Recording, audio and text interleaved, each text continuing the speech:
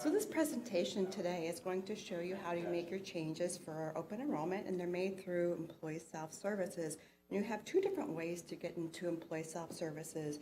You can get into Employee Self-Services here when you're in the city through CityNet, and you go onto the HR page, and then from the HR page under the links is the link to Employee Self-Services. So you can go that way, and then more importantly, when you're outside of the city from any computer, you're going to go onto pbgfl.com/employee,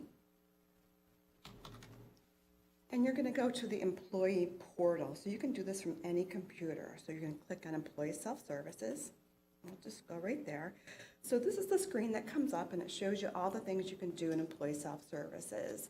You can look at your job information, your tax withholding, W-2 information, your leave usage. But for today, I'm going to show you how to make your changes for open enrollment. So you have two choices here. Either you're a registered user or a new user. Most employees have already registered, so we're going to go through this route. So you're going to type in your username and your password. And you're going to click Log On. And then it takes you to Employee Self-Services here. And here in the drop-down box are all the different things you can do, and you're going to click on Benefits Enrollment. And then you need to go to the enrollment form. You click on that.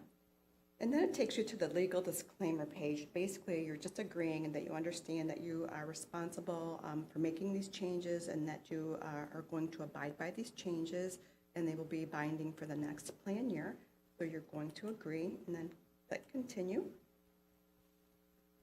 And then it actually takes you to the open enrollment page. This will be your current elections, what you currently have. And you can go ahead and make any changes. And it shows you that the changes must be made by August the 20th. So this year open enrollment will be from August the 6th through August the 20th. Everywhere where you see a description listed under the description column, you have currently participating in that benefit. So if it says the word decline, you're not participating in that benefit. So if you're going to make a change, you click on the word select. So Joe Officer wants to change from the HMO plan to the PPO plan. So we're going to click select. Takes you to the medical screen. And you see the page is divided up into different sections. In the upper left, it just gives you a little description of the plan.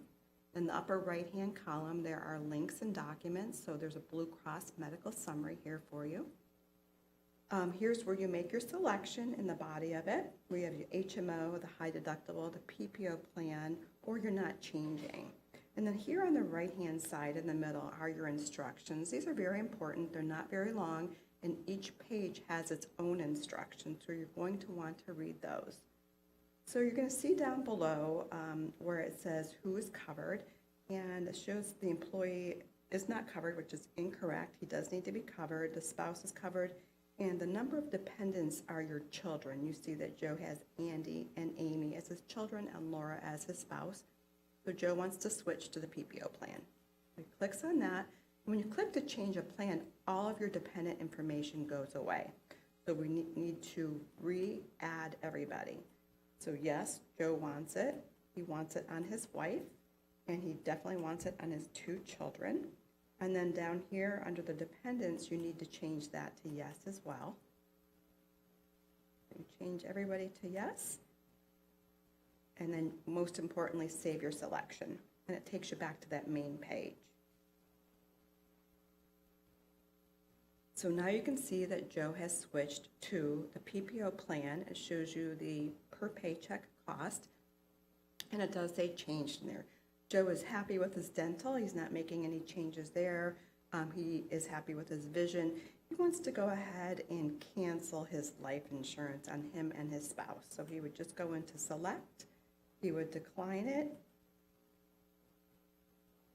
and he would save the selection. Okay, good. In order to have life insurance on his spouse, he would need to have it on himself, so he needs to cancel it on his spouse. Say decline and save the selection. Very easy, but again, make sure you please read all of the instructions and the links that are there for you.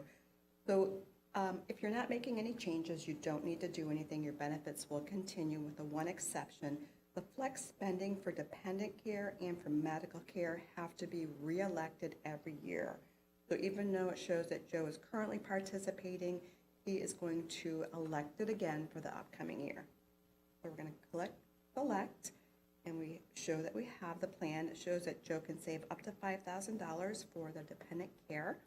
It shows the salary redirection agreement. If you read the instructions, it does tell you that you have to complete the salary redirection agreement.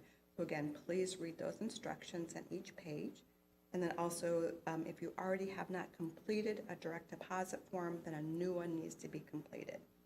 So this year, Joe's expenses are going to be a lot less than the $5,000. It's actually going to be $2,600.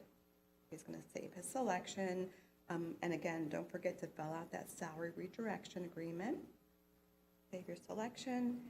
And now it takes you back to the main page where it shows that his deduction is now $100 per pay period for that.